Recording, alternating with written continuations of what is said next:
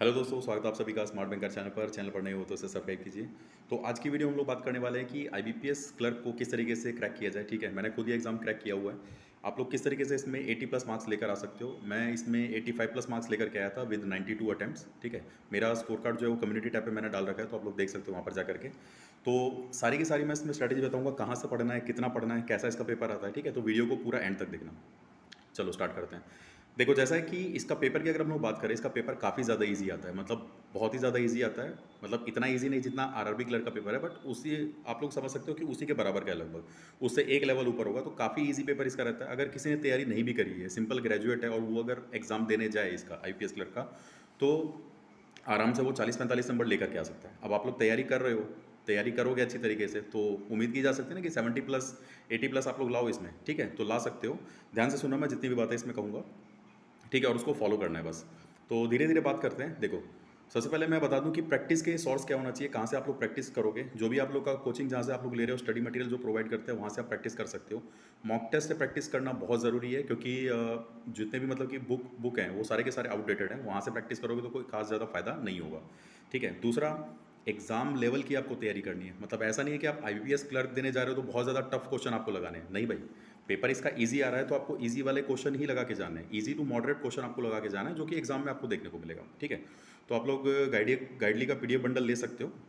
उसमें exam relevant question आप लोग को मिल जाएंगे। ठीक है, और उसका लिंक आप लोग को डिस्क्रिप्शन में, कमेंट सेक्शन में मिल जाएगा। स्मार्ट 12 कोड यूज़ करोगे तो एक्स्ट्रा डिस्काउंट भी मिल जाएगा आप लोग को। ओके, तो देखो, 3 सब्जेक्ट इसमें है प्रीलिम्स के अंदर अगर हम बात करें हम लोग, तो इंग्लिश है, उसके बाद क्वांट आता है, उसके बाद में आप लोग का आता है रीजनिंग। ठीक है, इंग्लिश के लिए आप लोग को क्या करना है, इंग्लिश के लिए अभी से लेकर के जितना भी हो सके रीडिंग हैबिट बनाओ। ठीक है, आरसी को अच्छी तरीके से करो, जो रीडिंग कॉम्प्रिहेंशन वाला सेक्शन है, क्योंकि इजी आएगा एग्जाम में। तो आप लोग को करके जरा डेली अगर दे करके चलोगे, तब आप लोग इजीली क्वेश्चन उसके पता लगा पाओगे कि किस तरीके से क्वेश्चन पूछे जा सकते हैं। दूसरा, क्लोज टेस्ट हो गया, fill in the blanks type जो होते हैं। ठीक है, उसके अलावा पैराजंबल टाइप क्वेश्चन हो गए, वो भी आपसे पूछे जा सकते हैं। तो इन सब की प्रैक्टिस बहुत अच्छी तरीके से करके चलो। जहाँ तक बात करें एरर डिटेक्शन के क्वेश्चन की, तो मुश्किल से 5 क्वेश्चन आएगा। अगर वो 5 क्वेश्चन छोड़ भी देते हो तो कोई ज़्यादा दिक्कत वाली बात नहीं है। ठीक है, लेकिन बाकी जो क्वेश्चन है वो आप लोग के थोड़े ठीक होने चाहिए। तो इंग्लिश की इस तरीके से स्ट्रैटेजी करके चलो कि जो भी आप लोग मॉक दे रहे हो उसमें reading comprehension, cloze test, parajumble, ठीक है, और ये डबल फिलर टाइप जो आती हैं चीज़ें, वो हो गया। उसके अलावा मतलब समझ के आप लोग fill in the blanks type question जो होते हैं, उन सब क्वेश्चनों को आप लोग को ठीक तरीके से करके चलना है, और वोकैबुलरी पे बहुत ज़्यादा फोकस करके चलना है, क्योंकि वोकैबुलरी अगर आप लोग की अच्छी होगी तो ही आप इन सब क्वेश्चनों को कर पाओगे। अदरवाइज अगर वोकैबुलरी नहीं, मतलब आप लोग को आता है, मतलब आपकी वोकैबुलरी अच्छी नहीं है, तो आप लोग हो सकता है क्वेश्चन को समझ भी ना पाओ। ठीक है ना, तो वोकैब पे फोकस करके चलो। 10-10 वर्ड्स लगभग लगभग हर रोज़ आप लोग याद करके चलो। ठीक है, देन उसके बाद बात करते हैं जो क्वांट का सेक्शन है। क्वांट के सेक्शन में जो चीज़ें आएंगी ही आएंगी वो मैं आप लोगों को बताता हूँ। देखो, सिंप्लीफिकेशन आएगा, अप्रॉक्सीमेशन आएगा, उसके अलावा नंबर सीरीज आएगी, क्वाड्रेटिक इक्वेशन आएगी, फिर डीआई आप लोग की आएगी, और फिर अर्थमेटिक के क्वेश्चन होते हैं। तो ये जैसे आप लोग सिंप्लीफिकेशन का क्वेश्चन करते हो, आप अगर 15 क्वेश्चन आया हुआ है तो उसको 5 मिनट के अंदर आप लोग करने की कोशिश करो। 5 से 7 मिनट बहुत होता है उन क्वेश्चनों के लिए, क्योंकि बहुत ज़्यादा ईजी लेवल के होंगे। तो अभी से आप लोग प्रैक्टिस करके चल सकते हो उसकी। ठीक है, जितना ज़्यादा हो सके डेली बेसिस पर आप लोग सिंप्लीफिकेशन, अप्रॉक्सीमेशन, उसके अलावा क्वाड्रेटिक इक्वेशन, उसके अलावा जो ये नंबर सीरीज के क्वेश्चन है रॉन्ग वाले, एज वेल एज जो मिसिंग वाले आते हैं, दोनों की आपको प्रैक्टिस करके चलनी है। ठीक है, मिसिंग वाले में आप मान सकते हो कि मिसिंग का अगर क्वेश्चन आया तो 5 में से 5 आप सही कर सकते हो, बट अगर रॉन्ग नंबर का आया हुआ है तो उसमें उम्मीद करके चलो कि अगर 4 ठीक हो जाए तो ठीक है।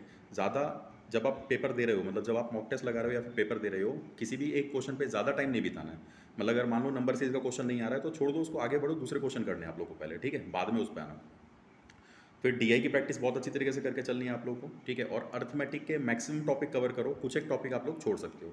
जैसे अगर मैं बात करूँ तो प्रॉफिट एंड लॉस कर सकते हो, टाइम एंड वर्क कर सकते हो, एंड उसके बाद में आप लोग का पार्टनरशिप का क्वेश्चन है, एज रिलेटेड क्वेश्चन है, एवरेज है। ठीक है, स्पीड, बोट एंड डिस्टेंस वाला जो क्वेश्चन होता है वो कर सकते हो। और अगर छोड़ने की अगर हम लोग बात करें तो प्रोबेबिलिटी के क्वेश्चन छोड़ सकते हो, परमुटेशन कॉम्बिनेशन, इनको छोड़ सकते हो। ठीक है, इनको छोड़ के जा सकते हो तो कोई ज़्यादा आप लोग को दिक्कत नहीं आएगी एग्जाम में भी। तो इस तरीके से मैथ्स आपको कवर करना है। स्पीड बढ़ानी है बेसिकली, क्योंकि ये एग्ज़ाम जो है वो सारा का सारा स्पीड के बारे में है कि आप लोग की स्पीड कितनी ज़्यादा अच्छी है। ठीक है ना, कॉन्सेप्ट सारा का सारा वही रहता है, बट स्पीड जितनी ज़्यादा आप लोग की अच्छी होगी उतना ज़्यादा आप लोग एक्सेल कर सकते हो एग्जाम में, उतना ज़्यादा स्कोर इसमें ला सकते हो। देन बात करें रीजनिंग की, तो देखो भाई, रीजनिंग में सिलॉक्स का अगर कोई क्वेश्चन आया, 5 क्वेश्चन है तो आप लोग के 2 मिनट में बनने चाहिए, ठीक है। सबसे पहले मैं बता देता हूँ क्या क्या आप लोग को सिलेबस में देखने को मिलेगा। तो सिलॉक्स के क्वेश्चन हो गए, उसके अलावा कोडिंग डिकोडिंग हो गया जो सिंपल वाली होती है, फिर इनिक्विटी हो गई, ठीक है। इनपुट आउटपुट नहीं आता एग्जाम में, मतलब प्रीलिम्स में नहीं आता, मेंस में आपको देखने को मिलेगा। तो प्रीलिम्स के अंदर इनपुट आउटपुट के सवाल नहीं देखने को मिलेंगे। कोडिंग डिकोडिंग आएगी सिंपल वाली, सिलॉक्स आएगा जिसको सिलोजिज्म बोलते हैं आप लोग, ठीक है। उसके अलावा इनिक्विटी हो गई, फिर ब्लड रिलेशन के क्वेश्चन सिंपल वाले वो भी, और उसके बाद में पजल्स आपको देखने मिलेगी। तो मैं यहाँ पर कहना चाहूँगा कि जो सिलॉक्स से क्वेश्चन है, आप लोग ऐसी प्रैक्टिस करके चलो इतनी ज़्यादा कि 2 मिनट के अंदर आप लोग के 5 क्वेश्चन हो जाना चाहिए। और वहीं अगर हम लोग बात करें इनिक्विटी की, तो वो 1 मिनट के अंदर आप लोग का 5 क्वेश्चन हो जाना चाहिए, ठीक है। जब यहाँ से टाइम बचाओगे ना, तब जा करके पजल पे आप लोग को, अगर मान लो कोई पजल ज़्यादा टाइम ले जा रहा है, तो आप मैनेज कर पाओगे। मुझे जहाँ तक ध्यान है, जब मैंने पेपर दिया था ये और रीजनिंग का सेक्शन आया था, तो मेरे ख्याल से मैंने 20 मिनट से पहले ही 35 क्वेश्चन कर लिए थे, ठीक है। हालांकि 35 नंबर तो नहीं है, बट 35 क्वेश्चन कर लिए थे और टाइम भी बच गया था। तो इतना ईजी इसका पेपर आता है अगर आप लोग की प्रैक्टिस अच्छी होगी तो जितना ज़्यादा पजल्स हो सके उतना ज़्यादा पजल्स की प्रैक्टिस करो। और टफ वाले पजल्स की प्रैक्टिस अभी नहीं करनी है, फिलहाल सिंपल वाले ही पजल्स की प्रैक्टिस करके चलनी है जो एग्जाम रेलिवेंट है, जो एग्जाम में पूछा जाए, ठीक है। और इस एग्जाम की अगर हम लोग बात करें, एग्जाम में ज़्यादा कुछ छोड़ने वाला नहीं होता, आपको मैक्सिमम क्वेश्चन करने वाले ही होते हैं इसमें, ठीक है। ईजी पेपर आता है, मतलब अगर मैं बात करूँ रीजनिंग का सेक्शन, आप स्टार्टिंग 1 से लेकर के 35 क्वेश्चन तक आराम से जा सकते हो, ठीक है। 2-2 लाइन की पजल्स आती हैं। तो इतना अगर आप लोग करके चलते हो, अच्छी तरीके से प्रैक्टिस करके चलते हो, तो 80 प्लस आप लोग ला सकते हो इसमें, ठीक है। बाकी इसके अलावा कोई अगर आप लोग को डाउट्स है तो मुझसे कमेंट सेक्शन में पूछ सकते हो, या फिर मेरे टेलीग्राम पे पूछ सकते हो। टेलीग्राम का लिंक दिया हुआ है मेरे चैनल पर।